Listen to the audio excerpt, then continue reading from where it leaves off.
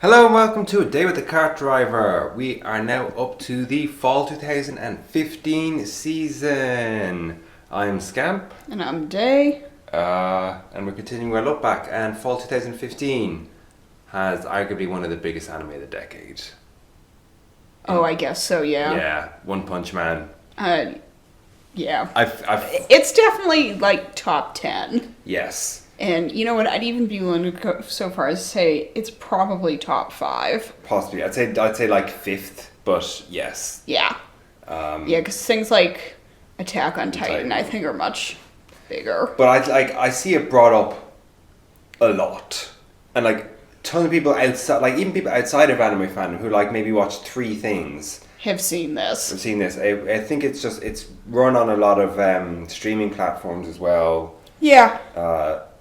And it's such a simple premise to explain to people that I think that helps draw in and it looks fantastic. I like the manga. Wasn't that one of the things because it originally ran on the internet? It was a self-published web manga that was hilariously awful. Visually. Yes. Visually. I am going to say though, I actually don't think it looks that bad. Oh. It certainly, to me, it doesn't look like something you'd necessarily find published, but I don't think it's as bad as a lot of people say it is. Well, yeah. Well, but I mean, people say that also about the people who say the Attack on Titan author isn't great at drawing, and I've never really. I think it's because, well, I think some of the perspectives on the characters look weird. So it's like clear he's not maybe used to drawing. But when I hear people say, "Oh, it's so ugly," I'm like, I don't know. I also think I've seen some really ugly looking stuff in my time. That's true. Yeah, it's definitely got a look to it. I think he's cleaned it up over time. I mean, if we want to go for ugly, what was that one where they all look like giraffes? It was one of those Emoto shows. Yes, that was pretty ugly. But anyway, that's a different kind of ugly though. One Punch. I don't know. It's a really simple premise. It's just a guy likes punching things. No, it's not. It's a guy gets too strong and he just one KOs everything. Yeah. I haven't seen it. I have. It's fine. I don't know. It's not really my kind of thing. I don't really get the fuss over it. Like, it's fun. It's like, oh, look, this big guy was all like, oh, I'm really strong. And then he gets punched and then that's the end of it. And it's like, okay. Yeah, to me it seems like the premise would run out pretty quickly. Like, oh, look, that guy was so strong and he one-punched him. That was kind of cool. Yeah. And then the next episode, like, oh, wow, look, that guy was being an asshole and he just punched him and it was over. Well, no, because they spend a lot of time with all these other characters being like, I am the strongest and I shall destroy the world. But then they spend so long on these and it's like, I don't care. Your premise so, inherently... in other words... Yeah. Roughly what I just said. Yeah. But it's more than just one episode. They continue it over arcs, and it's like I don't care. I know. I've read some reviews of the manga where people who are enjoying it are even like, yeah, I feel like this is going to run out eventually, because how much can you really get out of this premise? But manga's still running. I actually used to resent it a little until Mob Psycho came out, and then it was like, so this is using a similar premise, but is like what makes Mob Psycho work over One Punch Man is Mob Psycho is very clearly... It's got a more complex story. Yeah. I mean, it's a different genre. Like, one is just kind of shonen comedy, and the other one is Neo Akira. Okay, maybe that's a bit extreme, but yeah. Yeah, I know, that's One Punch Man. It was huge. It was huge. I'm not sure much else came out of it, though, apart from, like, just helping anime grow, I guess. Yeah. Probably got some people interested who weren't really watching before that. Yeah. Oh, sorry. Anyway, there's other stuff that aired this season. This was a fairly busy season. A lot of it didn't really work. But it was a pretty busy season. Do you want to talk about the Gundams this season? Yeah, we have 2 of them, so you might as well hit them both. Yeah, so there's the TV series one, which was Iron-Blooded Orphans. Which has its first OP and its first ED are both fantastic for completely different reasons. Raise your flag, the same people who did Database. Yes, the ones who perform with Wolf masks on. Yes. Well, masks is somewhat underselling it. It's those, like... It's basically like the ones you'd see at mascots at fairs and such. Yeah. Anyway, that's their bag. And then the ending song was done. Missia was the name of the woman who sang that. It's a real power ballad. Oh, it's so good. It's very jazzy. I love it. I bought both those singles. I could imagine that song like winning Eurovision. Power ballad type song. It's really good. I think it was better than what I tend to think of as your Eurovision. Well, yes, but I'm saying like... anyway. Too bad the show isn't that great. It is problematic. I think it has a lot of really good elements. Well, here's the thing, though. To me, there's a lot in it that's interesting. It gets too inundated in shittier decisions. I find its attitude toward women really fucking weird. Yeah, well, yeah. But also really bizarre considering... I mean, there's Gundams from the 80s that have a less weird vision of women than does Iron-Blooded Orphans. Oh, yes, it does. It's the one where there was like... There's a space harem. The space harem ship. It's basically composed of... runaways. It's all runaways and orphans and such, and this guy took them in...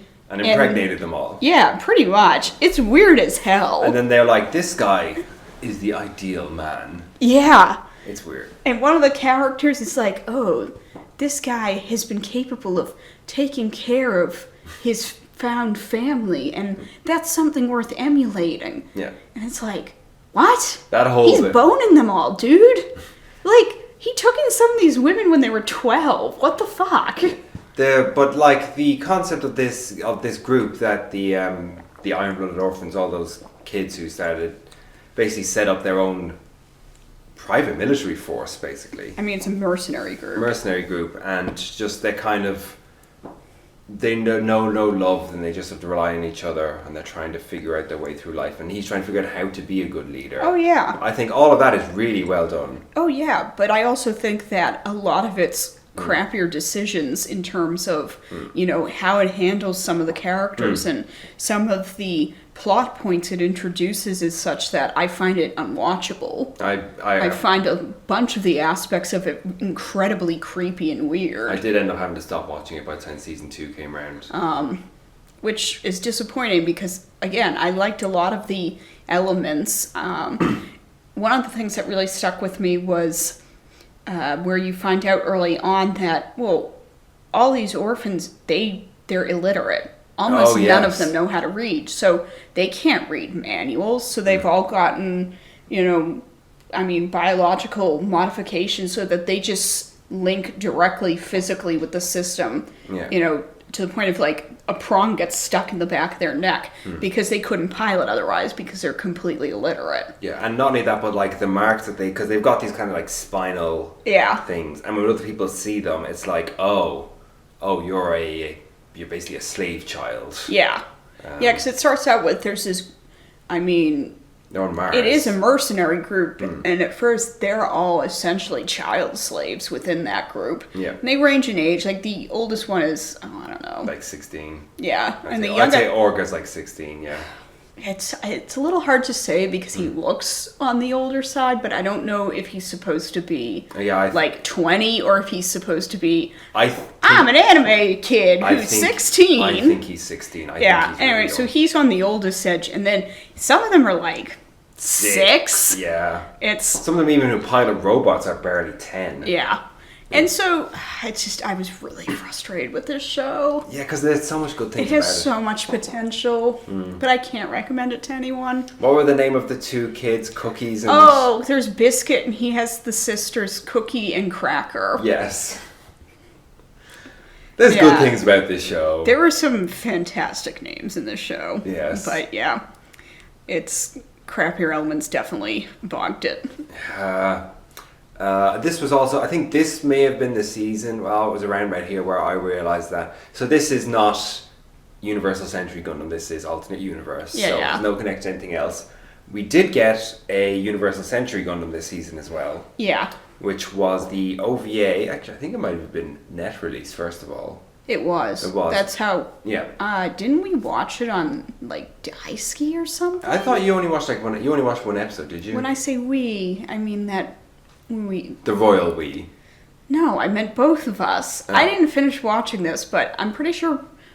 I want to say we watched this on Daisuke. Maybe. But I could be wrong, because Daisuke also did the digital release of, what's his face? The Origin. No. Oh, the Origin also did Unicorn as well, I think, later on. I want to say they also did this, but I could be wrong. It's this Gundam Thunderbolt, which is set during the... I think it's set during the war, the main Universal Century War. I can't remember exactly. I only watched an episode. I think it is set during the Universal Century War, and it is all the people, and it is basically two sides of the war, and basically saying...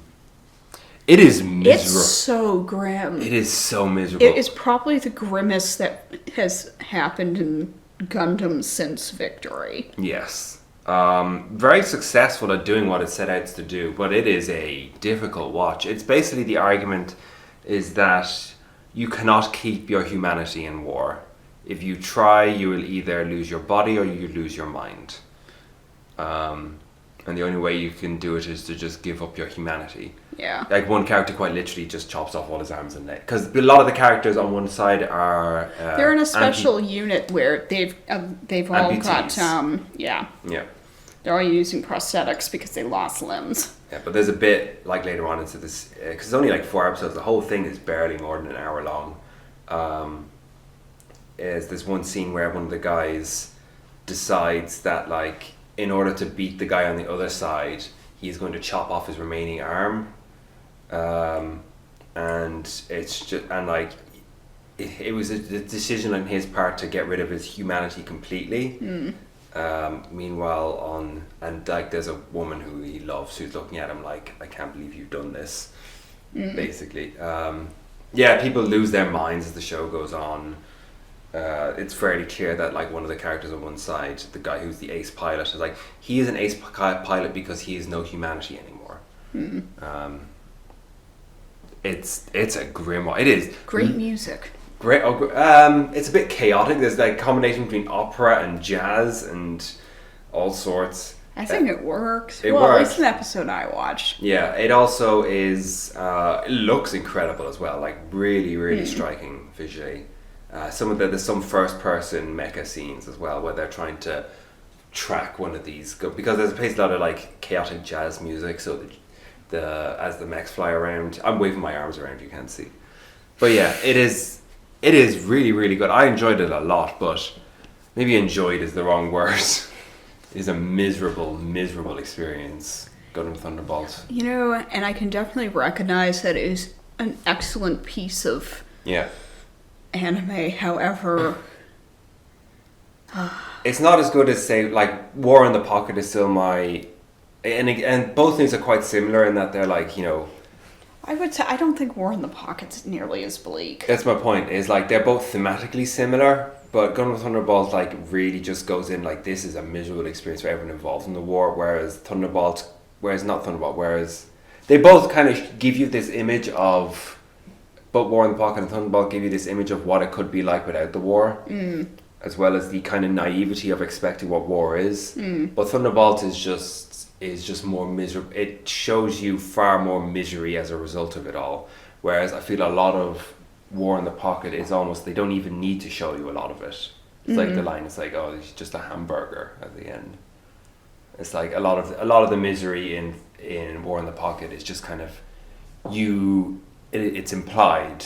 You understand it from the happiness, essentially, which makes it more powerful, whereas Thunderbolt is just misery the whole way through. I'm not really selling it. I actually really, really enjoy it, but... See, I feel like I sat through Victory Gundam, so I'm good on the sheer misery stuff. But isn't Victory Gundam just also... Oh, it's so... that's grim and just hateful. Yeah. Is how I would put Whereas it. I wouldn't describe Thunderbolt as hateful. Yeah, Victory Gundam's not a fun experience. It's... Victory Gundam almost ruined the franchise for me. Yeah.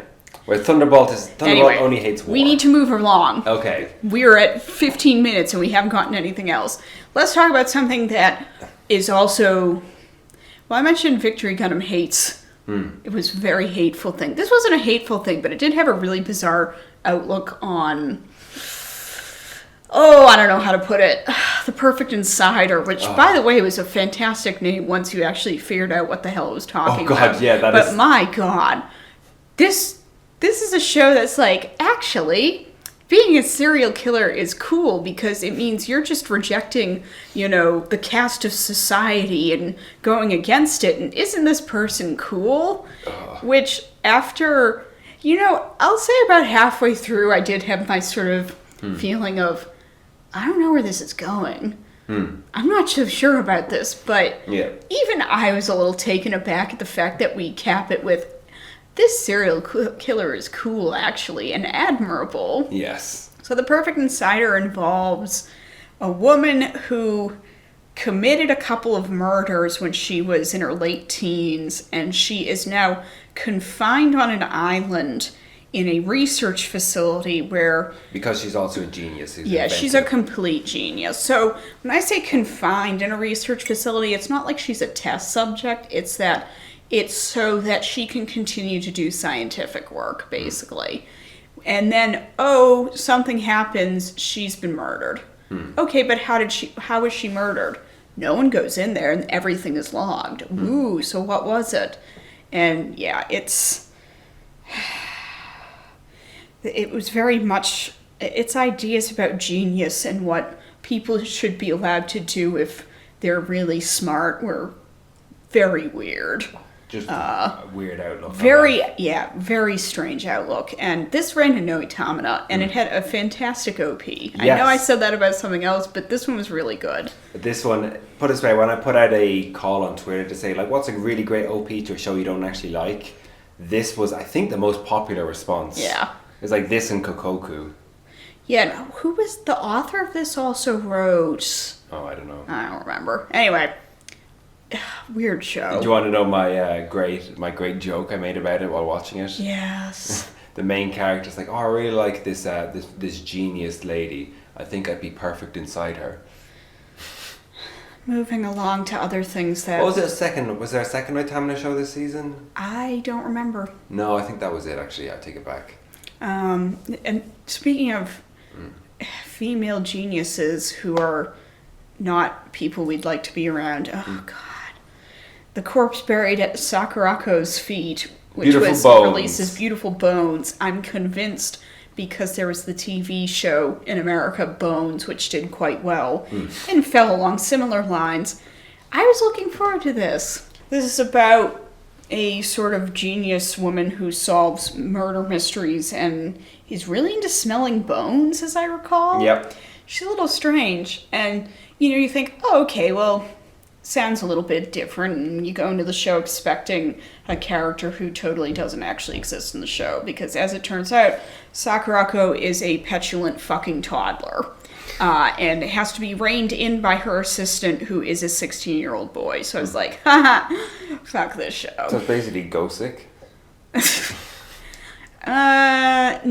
No, she's way less mature than the lead in that. In Gosick? Yeah. Because in Gosick, it wasn't that she was immature, it was that she had no combat powers, the better way of putting it. I do remember her rolling around on the ground in Gothic, but then again. Yeah, but it was as more of a, I have just solved this mystery and now I'm fucking bored. Whereas in this, Sakurako is, she's a brat and it interferes with...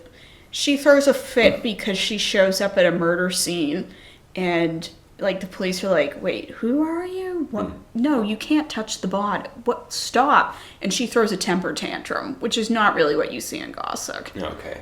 It's just, yes, what I need in my life is more stories in which teenage boys are the only ones who can control women and help them not defeat their own selves. Thank you. Thank you, anime. Okay. Do we want to talk about anime we like or anime we don't like? Well, we hit one last thing that we don't like very much. Concrete Revolution. Oh, yeah. Because I was quite looking forward to this. It was really colourful thing by Bones with the director, writer of... I've forgotten his name. The guy who does the original Fullmetal Alchemist. He did Ungo.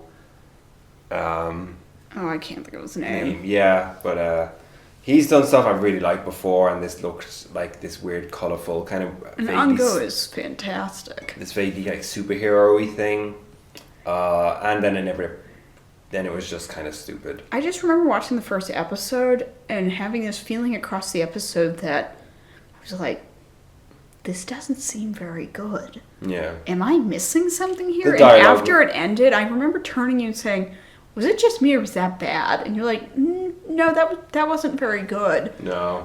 I gave it a couple, but I don't remember. I remember it being very colourful, but the story and the dialogue wasn't very good. It just wasn't interesting. It wasn't saying anything. It thought it was more interesting than it was, but yeah. I think we're definitely in the minority opinion, though. This was a bit of a cult hit. You're really overselling how many people actually liked this. Well, I guess it's since so many of the folks that I interacted with thought that was just like show of the decade type material, so it's distorted my perception of it. I really didn't get it. Yeah, I didn't do anything for me. But enough of that. Let's talk about things that we actually really liked. Oh no, there is one more thing I didn't like. Oh, okay. Okay. Yes. K Return of Kings, which is to me yet another example of sometimes you should just accept what you've got and not hope for more of it, because this was bad. I remember you talking about how bad all the sequels to K were back when the first season came out. Well, I never watched the movie that comes between this and the first season. Oh, well, no wonder you didn't like it. But at the end of K, it's revealed, of course, that the amnesiac boy who everybody's been running around with is actually a Nazi. Basically, well, he's an ex-Nazi scientist who was comatose for like 80 years in an airship. Yes. Yeah, really, folks. At that point, it's sort of like, okay, the show can be done now because I don't want to think about the implications here. This is making me uncomfortable.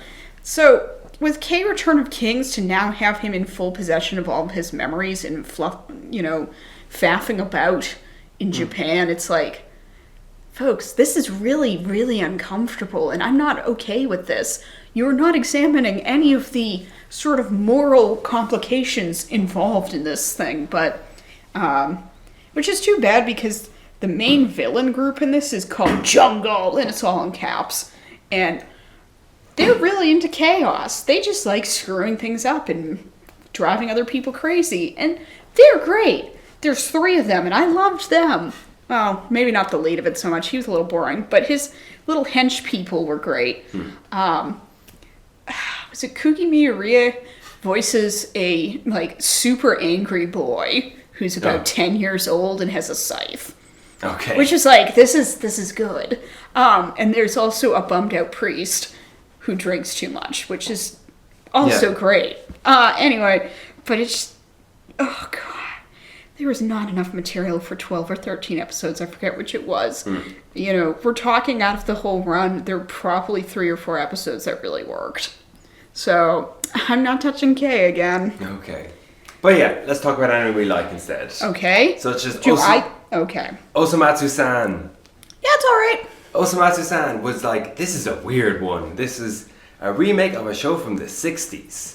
That was in black and white, which I actually went back and found Osomatsu-kun, which I found the old episodes of, and like my favorite thing that came out of this was that there is one of the characters in the show has this pose where he goes she and like puts his arms and legs in a pose, and she and the show is so old, and it was it was one of the few things on TV because it's the 60s. They have 4 channels or whatever. The show was popular enough and that guy's pose was so famous that there is a picture of... is it Paul McCartney? It's one of the... Is it John Lennon? No, it's not John Lennon. No, I think it's Paul McCartney. I think it's Paul McCartney doing that pose in black and white. During a trip at one of the concert tours in Japan. He's wearing a kimono at the time. No, he's wearing... He's wearing basically a house jacket. Yes, he's wearing some traditional Japanese clothing while doing the she pose. So anyway, they brought it back like once in the past, like Osomatsu something or other. But then they had Osomatsu-san, in which all these, so there's about these sextuplets who, and in the original they were just kind of like, young boys. Well, they were kids. They were kids, and they were just mucking about and stuff, and it's very like. Anyway, so now in this one, it was the premise is, hey, guess what? Now they're all adults, and they still live with their parents. And they are. And now they're all losers. Losers is putting it lightly. This show. Some of them are wildly ill adapted for adult life. They spend a lot of their time whenever they get money wasting it on pachinko parlors. Yep. Most of they're very crab bucket, which is to say, if anyone tries to get up, they must all destroy their life. Yep. They are a horrific mess of human beings. It still has. They're terrible. They are terrible. The show is like crude to the extreme. Oh god, there were episodes that ended up getting yanked after the fact because of crudity issues. Yes. Although there were also the first episode got yanked because of Sunrise was pissed about parodies done of some of its big properties. Some Love Live parodies. I think. Love Live was the big one. Yes. One episode got pulled off TV and they had to apologise because they had a guy pretending to be Pan Man, the like children's superhero. God, I'd forgotten about that. But then who rips out his own testicle and pretends it's a baseball. Like oh, I knew something involved testicles. It was a man who would he's like one pants man or something, and he reaches into his pants and pulls out. It's worth pointing out, we're telling you about all this, but some of these episodes you cannot legally access anymore. That is true, yeah, it is.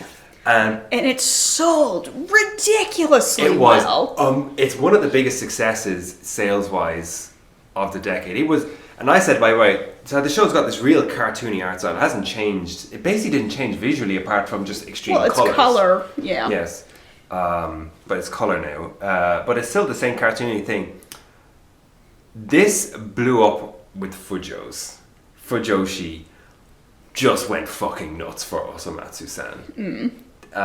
Just like it dominated the doujin scene for a while. Oh god, it was huge. It was of these six tubeless. Everyone had a favorite one, whether it was. There people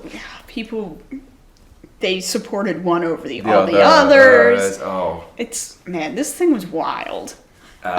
It's so imaginative, I think, is one of the things. Like, for as much as like, and sometimes it totally didn't work, but sometimes it was. They did a parody of Fury Road, I remember. Yes, and they all finished pouring oil over themselves as Jesus. A lot of it's weird. It is very, very strange.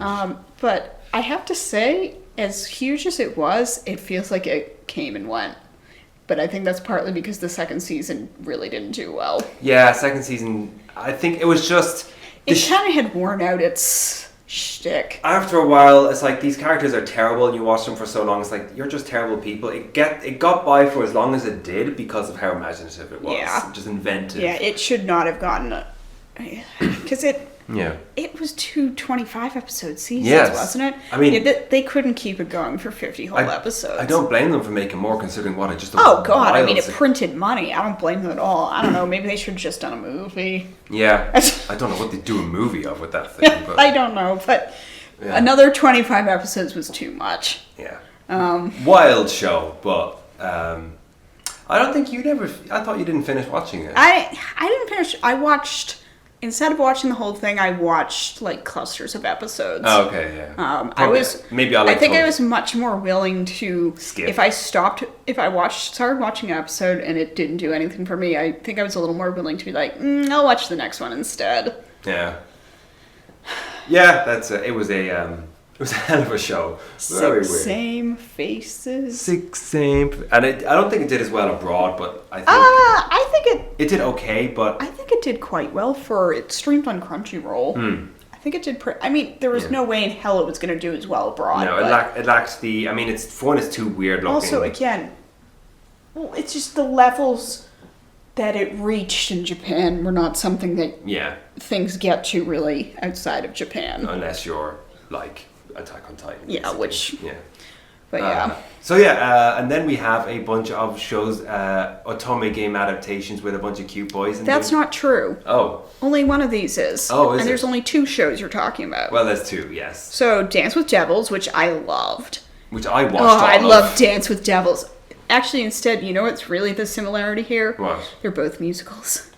Oh, I guess so, yeah. Because the other one that Scamp was talking about is High School Star Musical, Star Mew, which So the premise of Star Mu is that you have these boys at this fancy art school who are trying to compete to be, well, they want to become entertainers basically, and they're in the music division, but they do end up doing a lot of acting and other things like that. And there's one boy who he is your he's your Genki lead. In a lot of shows, he's a girl, but in this show, he's a boy.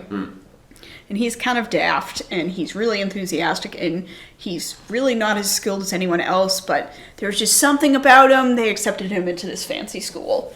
And then he ends up with a team of other people.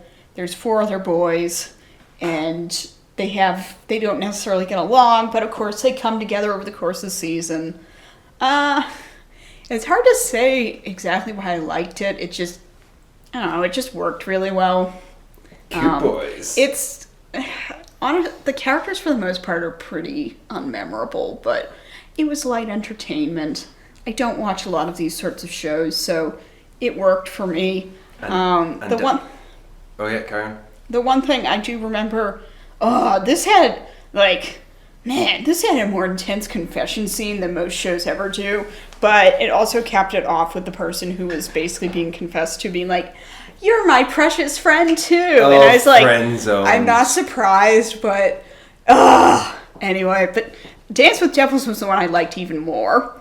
Oh, and both of them have musical sequels, and when I say musical, I mean it because the musical sequels aren't performances. It's like sequences. It's just someone's in the middle of, angsting over something and then suddenly breaks into song and the setting changes and they're in an outfit and everything. Musical. So Dance with Devils I liked a lot. This is an Otome game adaptation. Actually, I don't think it's an Otome game now I think of it. I don't think it had been a game yet. They sure both are structured like Otome games. It must be because they High School Star Musical totally isn't. But this must be because it kept having like all these different boys who you could like and you could pursue their roots. But see, I don't think that it was one. I think it may have been made into one, but I'm not sure that it was an Otome game originally. It just looked like one. It sure does look Anyway, I love this show. Most of the guys are horrible, but I love this show because there's 2 of them who are actually decent. Do you like the Crow Boy? Oh God, I hate him. But one of the things that really helped the show was that the lead, while she was herself thrown into, it turns out she is, she gets tangled into this thing involving these devils where her mom goes missing, and it's like this archdemon stole her mom, and then she's trying to figure out what's going on, and she's actually the grimoire, which is this object that the devils are all trying to seek out so they can become, America's next top devil. And she's like, what the hell is going on? She doesn't have much time for these guys. She's definitely in over her head. And it's a little hard for her to deal with it, but she has a personality, and she's not a pushover. God, I've suddenly remembered. And one of the people who's around, like, protecting her rear end is her best friend, who's a girl. So, just in granting her personality and having her not be a total useless girl puts it so far ahead of a lot of other Otome adaptations. I'm just remembering a bunch of the characters. I loved this show so much. A bunch of the characters, like her brother. Oh, her brother was horrible. Her brother, who was a bit of a creep, let's put it lightly. The one who ended up being the primary love interest. Oh yeah. I actually thought that worked. Him or the. But also, okay, spoilers, folks. So don't listen to the next couple of minutes if you don't want to be spoiled. I also really liked that it ultimately, she did not choose any of the boys. She chose herself. Because at the end, she's talking to the guy that she ends up falling in love with, and they're talking about it. He's like, well, I'm going back to the devil world, and it'd be rad if you came with me. And she's like, yeah, I like you too, but I can't. And she stays in her own world. Some of the other characters, like the guy who always has his top zipped down. There was also, there was the guy who's a moron, but actually meant really well. I liked him. I don't remember which one he was. Oh, is that why you fell for me, is it? That's the type you like. No, you're not a big, doofy meathead. Okay, fair enough. I was I actually like this girl. what does this mean? I don't understand. Who's the doofy meathead? See the guy who always had He's his... blonde. I think he may have been the one with his shirt half open all the time. Yes. Oh god, he was so stupid. Why did I watch this? I also remember the singing watched dogs. it with me. The singing dogs. Yes. Like an army. So all the boys have their song and dance sequences, and one of them he's in the form of a Pomeranian most of the time. Oh god, yeah. And then so you have his song and dance number, and he is what's he doing? Oh, well, it's like a Gregorian choir of Pomeranians. This show's awesome. I loved it. Anyway. Other stuff, there's actually some shorts here, such as... I like shorts. They're comfy and easy to wear. Yes, dear. Is Kagewani. Speaking of horror, which was about... It was by people who made Yami Shibai, so it's these like paper cutout, essentially animated, to look like the old... Kamishibai.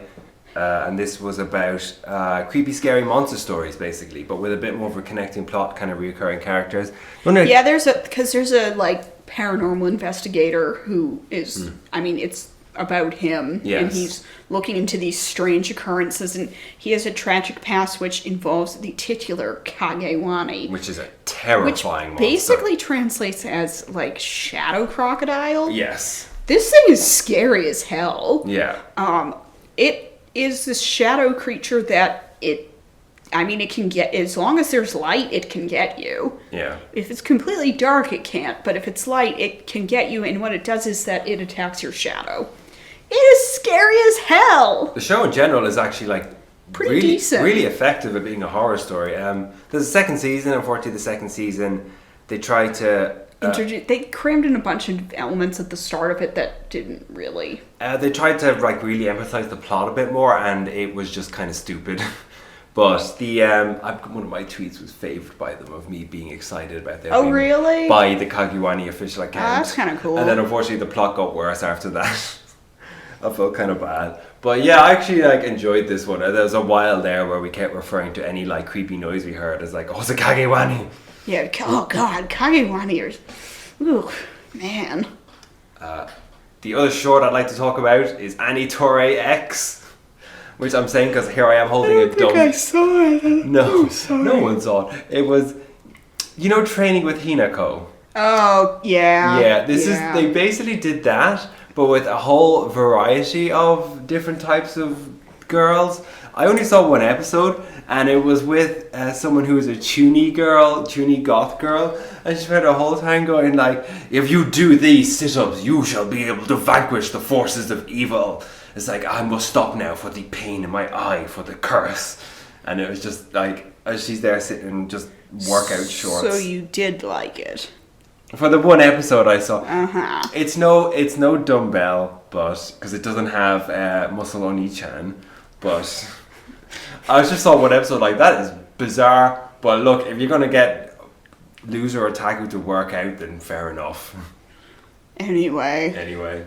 We already talked about one of the sequels, but there were a couple other sequels to well-regarded works. Haikyuu had its second season this season, which the first half of it's a little bit slow. It's a training because they had to do a training arc. They did introduce a great new character who the coach. Yeah, what was her name? That hopelessly gay girl. Hitoka. Wasn't it Hitoka? I don't remember, sorry. Anyway, I love her. She's so gay. She's a first year, and their manager, she's a third year, so she knows she's going to be leaving. So she's like, I got to recruit someone who can take over this job. And she recruits this girl because the girl doesn't really realize that she's being taught. She accepts without thinking about it. She's like, oh, this pretty girl is talking to me. Oh, she's so pretty. Yeah. Yes, I'll do whatever you say. And then she's like, wait, what? Oh, okay. Huh. Wow, she's pretty.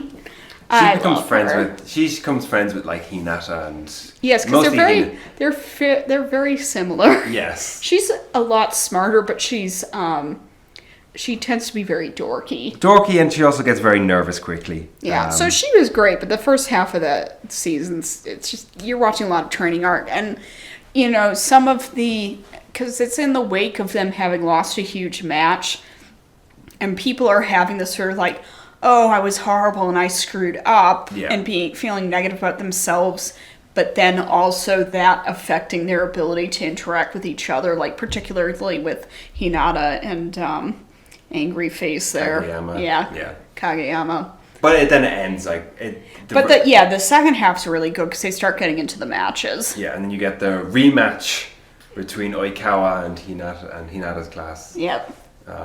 You mean my waifu? I was gonna say. Haikyuu. We've got an Oikawa fanboy here. We've talked about Haikyuu before. There's also the return, sort of, not really, of Garo, which I thought the first season was this kind of stylish and kind of fun, but like I didn't ever care much for the story. And then the sequel came out. Yeah, they switched studios and the visuals were just totally not just good. The most garbage, generic, boring stuff. And without that, which is too bad because there was in this season one of the leads is she's a priestess and she's like 30-something priestess, cool woman, and I was like, yeah, and it's so boring. Oh well. I was disappointed. There was also the Lupin the Third Part 4, which originally aired in Italy, because it was set in Italy, and I know Lupin is actually weirdly huge in Italy. Is it weird though? Like bigger than maybe not, but yes. One of the first movies was Castle of Cagliostro, so that's pretty Italian. Yeah, so originally ran in Italy. I think it ran in Italy before it ran in Japan. Yeah, it did. I don't have much to say about it because I never saw it, but I did see Part 5, which I'll talk about, which I enjoyed a lot. But yeah. Wait, so that was it, really? That was it. Okay. Yeah. Well, okay. And most of the rest of the season is, my God, were the crappy light novel titles. Yes, we had, I actually don't remember the English name of this one. Rakudai Kishi no Cavalry. That's the one with terrible... Didn't that have a good OP? I think very stylized one. Yes, it was like a lot of like black and white and red. There was also Asterisk War, which... was weirdly popular. Yeah, I think for a lot of people it was probably Baby's first light novel adaptation or Baby's first magic school. I'm not sure. The light novel continues to be published in English, so apparently that's also doing well. Heavy Object, which was one of those ones that a lot of people were quite excited about. Because it was by the same author who did Index. Yes, and Index, as we have learned, has kind of had a lasting impact. Yeah, even if people haven't been pleased with the most recent stuff. But that's a great Heavy Object, yes. People, this was one where I saw people like, more from this guy, and then it just wasn't very good, I guess. It sounded like it was much more heavy, like harder sci-fi, and very much into the mechanical aspects of the mechs in it, and a lot of the people who watched Index, that's not something you had in Index. So whereas the mecha fans didn't like it because it was too much cute, boring moe girls, I think, as well. Yeah, people were pretty bored with this. It didn't hit any good fandom, really. Then there's Lance and Masks, which is visually probably one of the most terrible things that's come out in the past 10 years. Yes. Just look up the horse. Oh dear. Just look up the horse from this show. It was a light novel adaptation, and it was, in addition to it being visually horrible, it also was just not a good show. And then there was Showman Sample, which I first saw translated was I was captured as a sample pleb for a school of Ojo-samas. Yes. That's pretty much what it means. This commoner boy gets carried off to a la-di-da school full of Ojo-samas. Yes. I saw an episode of this. It's really bad. It was halfway through the season, and it was one of those things that it was like, this is an anthropological expedition here that I'm doing. And I don't really remember that much. I just remember being like, this There actually is something here that if they pushed it a little further, could be funny, but they're not really willing to commit. All I just remember were a bunch of panty shots of 13-year-old girls, so... Yeah, everybody looked very young. I think they actually were. Okay. I don't... Like I said, I saw one episode halfway through. And speaking of trash, Valkyrie Drive Mermaid, which was... This is a day special. Oh my god, this was a trashy show. It's about the gays. So there was the censored and the uncensored versions of this, which I think tells you that, man, I watched the uncensored version, there's a lot of nipple, and there's a lot of, like, man, people masturbating, and this is, I can't say it's good, and I don't know if I'd say I entirely liked it, but if you're looking for, like, Yuri trash that involves a lot of, you know, girls just... Well, and girls also just walloping each other. It's sort of like, what if Ikitosen was actually gay? Okay. Yeah. Okay. But the thing that I didn't like was that the lead girl who is just like, yeah, I can't do anything except I transform into a weapon when someone gets me off. For a second I was going to say, it's kind of like Mario Full of Great. What's it called? Mario-sama Gamatero, except she doesn't turn into a weapon if someone gets her off. No one gets her off. I know. Well, maybe she did turn into a weapon. We just never found out. Oh my god, I can't believe you're comparing this garbage to that. No, it's sort of like... You know, it's sort of like, what if Utena was Never mind. Anyway. Valkyrie Drive Mermaid. It's just like Utena. Well, it's another isolated school and they're duels. Yes, turning into... See? And they're lesbians. Okay. Exactly. Anyway, so the lead girl she sees someone... They're all women and girls on this island, and she sees someone and she convinces herself it's a guy. Whereas, you know, to the rest of us, we're like, that's not a guy. Those are G-cups. Well, no, not quite, but she's very much like Takarazuka guy type thing. Whereas the rest of us look at her and are like, girl, you are deluding yourself. And she's becomes totally bonkers about him after seeing her once. Sorry. She becomes bonkers about her after seeing her once. Mm-hmm. And she has so much of this much ado about like, oh no, but we're both girls and you got me off and you're a girl and look at this prince. And she's in this horrible situation and she's just gravitating toward this person she thinks is a guy who is part of her horrible situation. And that was a little annoying. Anyway. Wrapping it up, Brave Beats, which was a children's show, which honestly is best described as one of the rare magical boy shows out there. That's how I would put it. It was canceled, which was... I have mixed feelings about that because I enjoyed the first, 7 or 8 episodes. But then they introduced a rich boy character, and I think it went downhill from there. It was canceled after like 23 or 24 episodes. Oh, well. It involved, the boy... Breakdancing. Yes, it was breakdancing to defeat evil. Yes. It has a good OP, very catchy. But yeah, I guess the toys didn't sell, so it was canceled. Then there's Digimon Adventure Try, which, speaking of children's shows, except... This is the first of the set of movies that are done as sort of... I haven't seen them because in this case, I prefer to just... I liked Digimon a lot when I was a kid. I don't really feel a need to see sort of a reimagining of what they were like as teenagers, which is what this was.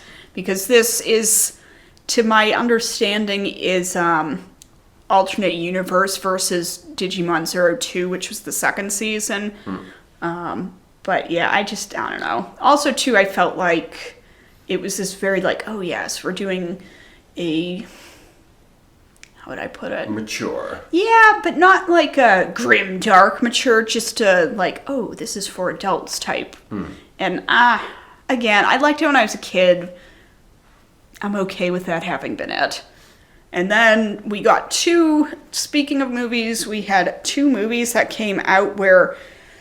We didn't look this up beforehand, so I'm not going to be able to tell you the full details, which I'm a little irritated with myself, because Harmony and Empire of Corpses came out. Yeah. So there was a Japanese sci-fi author where they decided he died recently versus this thing. I want to say he died in 2012 or something. And they decided to adapt 3 of his novels.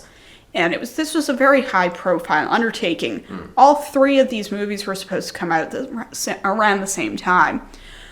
Except that one of the movies, Manglobe, went bankrupt. And they were making one of the movies. So it didn't end up coming out on time. Saying another studio took it over is somewhat... It was another studio, but all the people who had been working on it continued to work on it. It was just under a different name. But Manglo went under. I have not seen Harmony or Empire of Corpses.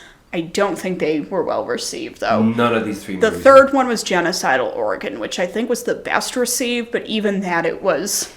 It was this massive project to make these 3 movies, and none of them did anything. Which is too bad. Empire of Corpses has a cool name.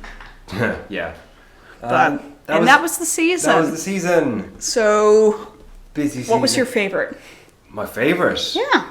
Ooh, it might be Thunderballs, but Osomatsu-san. Honestly, talking about Osomatsu-san has got me really hyped up. I think my favorite was probably Dance with Devils. Of that show. I know. Haikyuu season 2 was pretty good too. Yeah. And I think we're gonna. Oh god, we got so many choices. Because I want to. It's like Six Same Faces is great. Oh. One Punch Man opening Wampa is pretty great. But since we built it up so much, I think we should have the Iron Blooded Orphans ending. Yes. Right. Although, Dance with Devils. One last thing about Dance with Devils, its ending. I salute the vocal cast of this show because they made them sing the entire ending backwards. And by backwards, I mean the words were all backwards. Like... Oh god, they did, didn't they? Yes, literally backwards. But, it occurs to me, maybe they just reversed it when they were doing the sound mixing. Possibly. Now I'm less impressed. Wow. I feel like I've just ruined it. I've ruined it. Anyway. And here's Wonderwall, folks. Here's Iron Blooded Orphans. Bye.